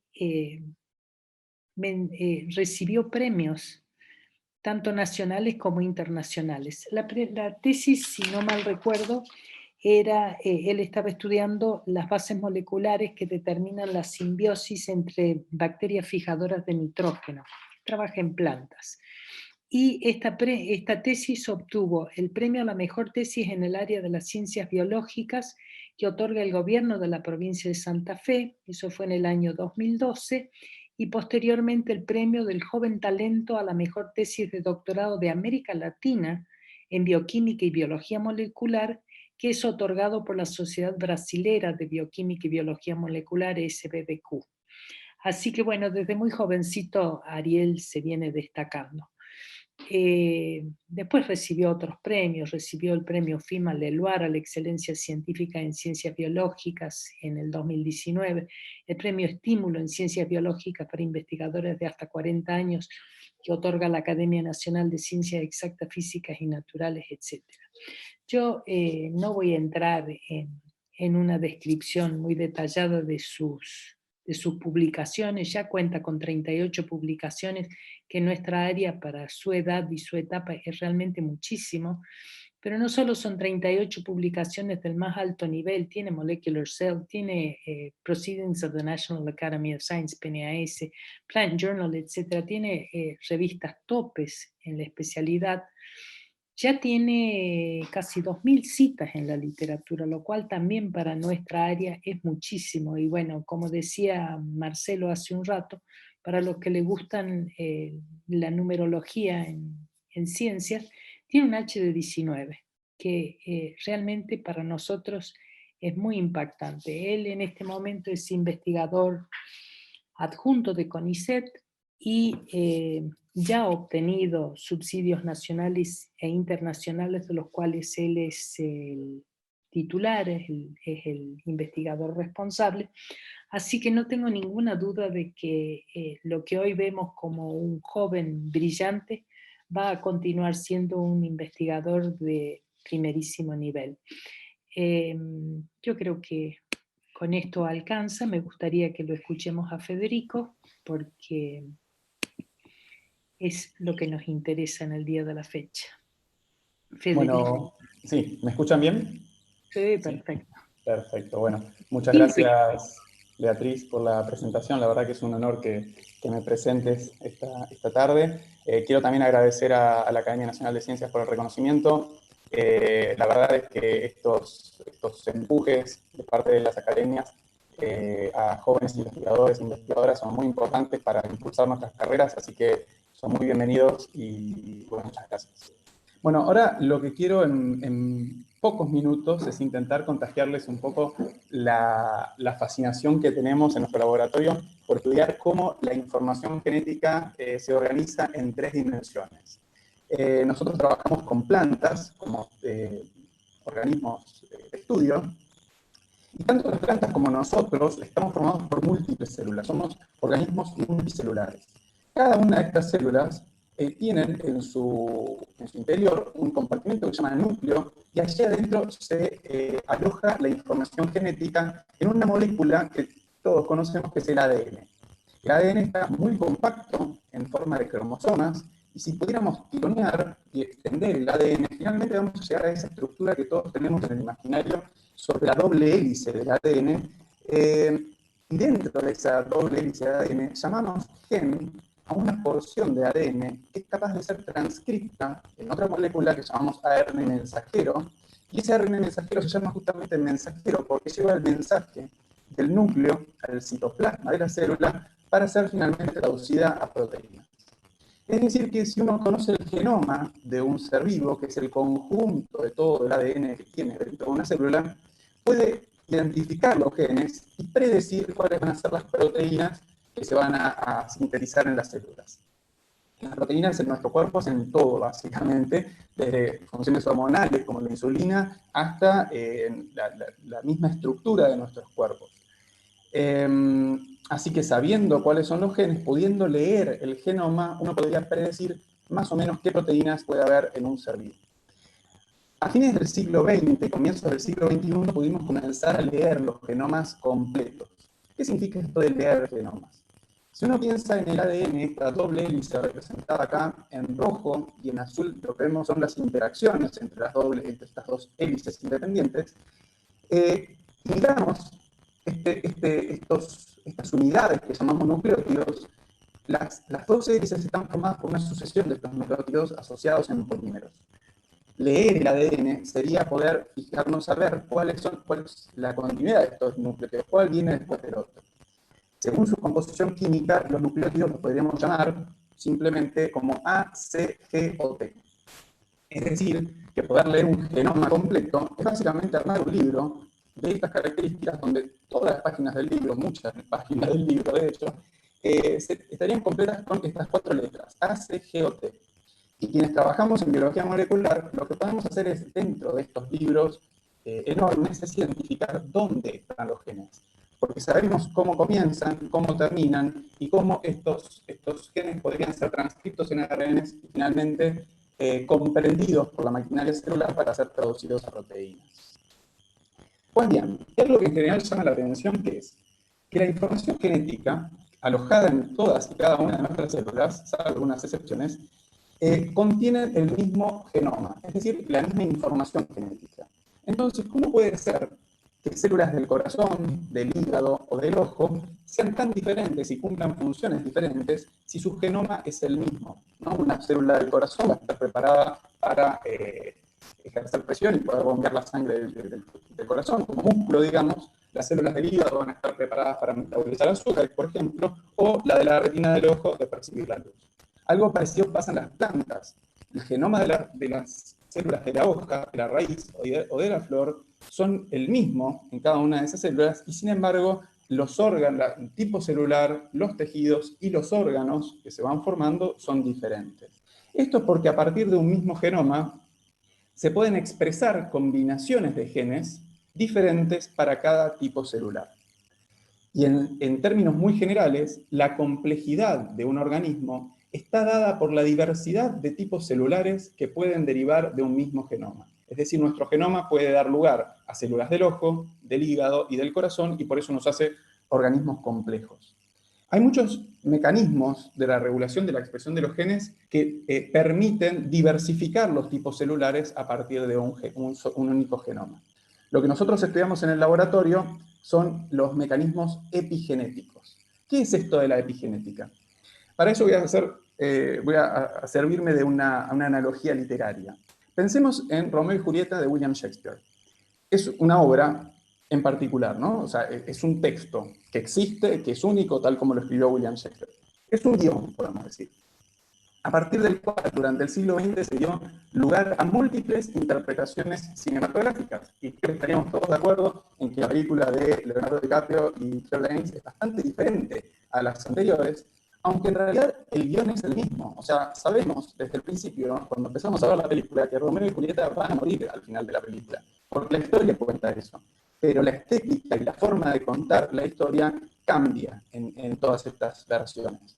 Es decir, que a partir de un genoma podemos dar lugar a múltiples epigenomas. Disculpen, a ver si ahora me pueden escuchar mejor. Entonces, lo que les decía es que a partir de un mismo guión, que es Romeo y Julieta, podíamos tener múltiples interpretaciones. Entonces eso es como pensar que a partir de un genoma podemos tener múltiples epigenomas y que del latín epi significa sobre o por sobre. Entonces lo que nosotros estudiamos es cómo todo aquello que está por sobre el genoma da lugar a estas múltiples interpretaciones. Y estas múltiples interpretaciones dependen de las señales internas del organismo, así como del ambiente. Es decir, todo aquello que nos rodea. En los últimos años hemos visto un gran interés de la comunidad científica en los estudios epigenéticos, alcanzando publicaciones en las más destacadas revistas científicas en el mundo. Pero no solo eso, sino que el impacto que puede tener los estudios epigenéticos en nuestra vida, en nuestra alimentación, hizo que cobrara un gran interés general en la sociedad, llegando a revistas de interés general como esta, o por ejemplo, Para Ti. Esto no lo inventé, pusieron en tapa epigenética. Volviendo a la revista Time y traduciendo este texto que se encuentra acá, dice: la nueva ciencia de la epigenética revela cómo tus decisiones afectan tus genes y la de tus hijos. Y los de tus hijos, los genes de tus hijos. Esto es cierto, es decir, no solamente somos lo que comemos, o lo que fumamos, o lo que tomamos, sino que también vamos a afectar el ordenamiento de la información genética de nuestros hijos. A lo largo de la historia hemos tenido, y en la historia reciente en particular, ejemplos lamentables, muy dolorosos, al respecto de cuál es el efecto de la alimentación en nuestros hijos. Un caso, tal vez algunos de ustedes los conozcan, es el del invierno hambriento en Ámsterdam entre 1944 y 1945. Ese año los nazis lograron invadir Holanda y Bélgica, y al llegar a la ciudad de Ámsterdam la sitiaron. Quienes conozcan la ciudad de Ámsterdam, o quienes la tengan en su imaginario, saben que la ciudad tiene muchos canales y está frente al mar. Sin embargo, ese año en particular, que pasaron un año con la ciudad sitiada por los nazis, fue el invierno más frío del siglo XX. Los canales se congelaron y los habitantes de Ámsterdam tampoco pudieron pescar. Ese año murieron miles de personas de hambruna, y además, aparte de las muertes que se sufrieron, hubo bebés que nacieron o fueron gestados durante la hambruna. Esto lo que puso en evidencia fue el impacto transgeneracional de la malnutrición de la persona gestante. Gracias al excelente servicio de salud, del sistema sanitario de la Holanda de posguerra, de un país de estado de bienestar, se pudo hacer un seguimiento de aquellas personas que nacieron en aquel invierno hambriento. Y lo que se encontró es que la malnutrición de la persona durante la gestación tenía un efecto muy drástico sobre el epigenoma de su hijo. Durante el invierno, las personas que nacieron o se gestaron durante el invierno hambriento presentaron un mayor riesgo de padecer obesidad, enfermedades cardiovasculares, diabetes y esquizofrenia. Y es algo que también se observó a lo largo del siglo XX como consecuencia de la gran famina china y de la famina de Biafra en Nigeria. En las plantas, que es lo que nosotros estudiamos, los cambios epigenéticos modulan la plasticidad del desarrollo. ¿Qué es esto? Nosotros sabemos que las plantas no se pueden mover, son organismos sésiles. Y como tales, lo que pueden hacer es adaptar su organismo, el desarrollo de su cuerpo, en función del ambiente y de sus necesidades. Es decir, que si le falta agua, probablemente desarrolle raíces más largas, y si le falte luz, sea capaz de extenderse, de elongarse para subir sus hojas. Acá como ejemplo les pongo un árbol que la misma semilla, si crece en un lugar con pocos árboles y mucho espacio, probablemente de una copa como esta, y sin embargo la misma semilla, en un bosque muy cerrado, con muchos árboles alrededor, probablemente termine teniendo una morfología como esta. El genoma es el mismo, sin embargo el ambiente condicionó, entre otras cosas, a su epigenoma para dar lugar a un cuerpo, una morfología diferente. Bueno, ¿y qué es esto de la epigenética? ¿Cuál es el resultado a nivel del ADN, a nivel de la información? Como dijimos al principio, el ADN no está desnudo en la célula, en el núcleo de la célula, sino que está asociado a proteínas y se va compactando hasta llegar a esta estructura del cromosoma que todos más o menos tenemos en la cabeza. Si uno mira una micrografía, puede ver esto que puede llamarse, es conocido como collar de perlas, que son este hilo que vemos acá, es el ADN, y estas pelotitas, las perlas, serían estas estructuras de cromatina que llamamos nucleosoma. Entonces nosotros en nuestro laboratorio, y en general la comunidad científica, lo que estamos haciendo es dejar de pensar a un genoma como una cuestión lineal, renglón tras renglón de un libro, sino que lo estamos pensando en 3 dimensiones, en el espacio que ocupa adentro de esa célula. Esto todavía puede parecer muy abstracto, por eso voy a acudir a una hermosa herramienta pedagógica del libro Alberts al respecto. Y lo que dice es, un núcleo de la célula humana mide aproximadamente 6 micras de diámetro. Esto sigue siendo abstracto. Pero lo que sabemos es que adentro de ese núcleo hay aproximadamente 2 metros de ADN prolijamente enrollado. Para ser menos abstracto, pensemos ahora que el núcleo, en lugar de tener 6 micras de diámetro, tuviera el tamaño de una pelota de tenis. De ser así, el hilo adentro de la pelota de tenis, representando esos 2 metros de ADN, sería tan largo, digamos, el único hilo enrollado prolijamente dentro de una única pelota de tenis, sería lo suficientemente largo para unir las ciudades de Córdoba y Carlos Paz. O sea, podríamos ir de la Academia Nacional de Ciencias a pasar el fin de semana a Carlos Paz con el único hilo de adentro de una única pelota de tenis. Esto pone en relevancia la importancia de la correcta organización de la información genética en 3 dimensiones. Y para volver a las analogías literarias, voy a recurrir a mi escritor preferido, que si hubiera sido biólogo seguramente habría sido epigenetista, o al menos eso me gustaría pensar a mí, que escribió, entre otras cosas, la maravillosa novela Rayuela, que es muy particular. Para aquellos que la conocen se deben estar haciendo idea a lo que me refiero, porque este libro se puede leer de 2 maneras. Se puede leer de un tirón, del capítulo 1 al 56, o se puede seguir lo que el autor llamó el tablero de dirección, salteando de un capítulo al otro, y de esta manera la historia cambia. Obviamente, no es que Rayuela pase a ser 100 años de soledad de García Márquez. Sigue siendo Rayuela, los protagonistas siguen siendo Horacio, La Maga y Rocamadour, pero como bien dice Cortázar, se puede leer un primer libro o un segundo libro, y lo único que cambia es el orden de estos capítulos. Volviendo al genoma, si Rayuela fuera un genoma y sus capítulos fueran genes, nosotros tendríamos 2 maneras de leerlo. Una sería desde el capítulo 1, sucesivamente el 2, el 3, el 4, con más o menos espacio en esos capítulos, entre esos genes, pero en orden lineal. Pero la verdad es que esto no ocurre. Adentro de la célula lo que encontramos es algo más parecido a esto, donde los cromosomas se tocan, se cruzan y ocupan un espacio. Y nosotros lo que hacemos en el laboratorio es intentar identificar estas secuencias, donde, por ejemplo, el capítulo 38 se siga al 4, después al 23, al 7, al 25, y darle un sentido a esto, no al lineal, sino a aquellos capítulos que ocupan un lugar cercano en el núcleo de la célula, y que además cambia en función de las señales del ambiente.